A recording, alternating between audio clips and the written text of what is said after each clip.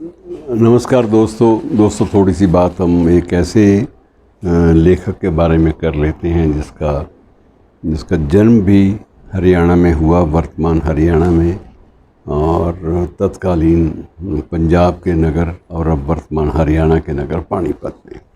जन्म जब हुआ था, ये बात बहुत पुरानी है, तब यह संयुक्त पंजाब का हिस्सा था। 1914 में जन्मे थे, जिनका मैं ज़िक्र कर रहा हूँ, ख्वाजा अहमद अब्बास, और ये 1987 तक हमारे बीच में रहे। और इनकी जो ख्याति है वो कई दृष्टिकोणों से, कई नज़रियों से आंकी जाती है। कुछ लोग इन्हें एक पत्रकार की हैसियत से देखते हैं, कुछ लोग इन्हें भारतीय फिल्म निर्देशक के रूप में देखते हैं, और कुछ लोग इन्हें जो जो पटकथा लेखन है या संवाद है उससे भी जोड़ते हैं, और इनके उपन्यास भी उपलब्ध हैं। और सबसे बड़ी बात यह है कि इनके जो उपन्यास हैं वो हिंदी में भी उपलब्ध हैं, उर्दू में भी उपलब्ध है और अंग्रेज़ी में भी उपलब्ध हैं। और मूल रूप से इन्होंने उर्दू में लिखा, लेकिन उसके अनुवाद भी कुछ एक स्थानों पर स्वयं इनको करने पड़े।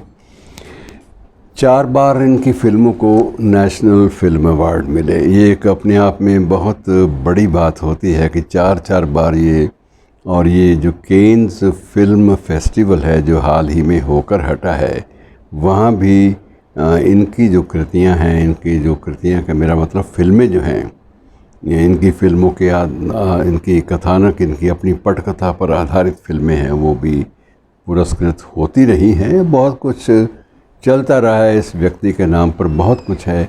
और इसी सिलसिले में मैं ये भी बता दूं कि एक पत्रकार के रूप में इन्होंने अपनी ज़िंदगी अलीगढ़ क्रॉनिकल से शुरू की थी। अलीगढ़ क्रॉनिकल के बाद ये बॉम्बे क्रॉनिकल में चले गए। बॉम्बे क्रॉनिकल में जाने के बाद इनका जो सर्वाधिक लंबा जो स्पैन माना जाता है वो ब्लिट्स के साथ माना जाता है, जिसमें लास्ट पेज एक स्थायी स्तंभ था, अंतिम पृष्ठ वाला, वो लगभग 3 दशक तक अब्बास साहब के नाम पर ही चलता रहा।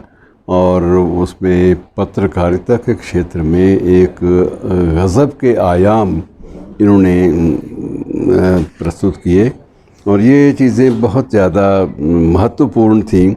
और क्योंकि अब पानीपत से जब जिक्र आता है इनका, तो पानीपत में इनकी ननिहाल थी वस्तुतः, और जो अल्ताफ़ हुसैन हाली साहब थे, ये उनके नाती थे। और नाती होने के अलावा अब हाली साहब का अपना एक रुतबा था कि वो सीधे मिर्ज़ा गालिब के शागिर्द भी थे।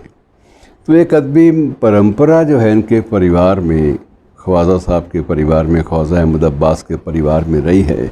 इनकी शुरुआती जो ज़िंदगी है उसमें पानीपत में स्कूल में पढ़ते रहे, और उसके बाद आगे की पढ़ाई के लिए अलीगढ़ यूनिवर्सिटी में चले गए, और अंग्रेज़ी साहित्य में एमए करने के बाद इन्होंने प्रवेश लिया लॉ में। तो अलग अलग तरह से इन्होंने प्रगतिशील आंदोलन में अपनी भूमिका निभाई।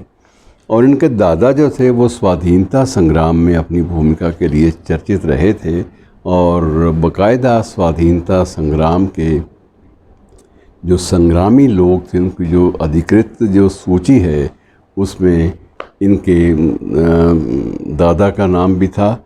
और बाकी देश का जो प्रगतिशील आंदोलन है, तरक्की पसंद लोगों का जो आंदोलन है लेखन की दुनिया में, उसमें इनकी अपनी भूमिका जो थी वो भी विशेष रूप से चर्चा में रही।